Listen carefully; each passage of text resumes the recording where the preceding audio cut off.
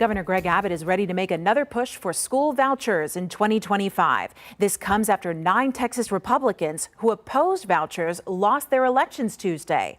Pro-voucher groups say it's what the people want, but opponents blame negative attack ads. KENS 5's Andrew Moore tells us what this means for the future. Andrew.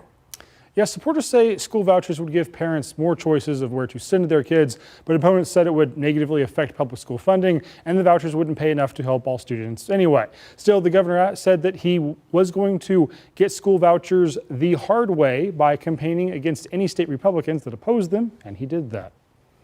This is absolutely a victory for him as well as Texans across the state. 21 House Republicans voted against vouchers last year, but now 9 of those Republicans have been replaced and another 2 are in runoff elections. If Abbott can get 11 new pro-voucher Republicans in the House, he could get it passed in 2025. Denisha Allen with the American Federation for Children says vouchers now have the support of the people. We're confident that Texans are applauding. But teachers' unions disagree. They say this only happened because those Republicans were hammered by constant attack ads. Look, is this really voters having learned about the issue and changed their minds? Or was this an onslaught of millions of dollars of out-of-state money? The American Federation for Children spent $4.5 million on ads, and the governor's political action committee spent around $6 million. UTSA political expert John Taylor says the ads seemed to work, but many of the governor's ads didn't even mention vouchers.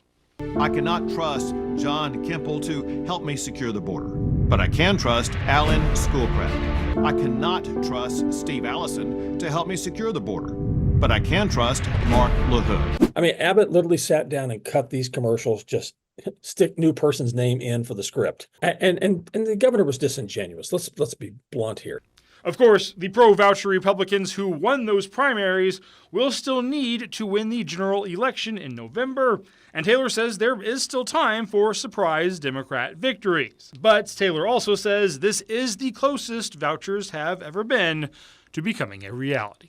We don't know what will happen in the general. You just don't know.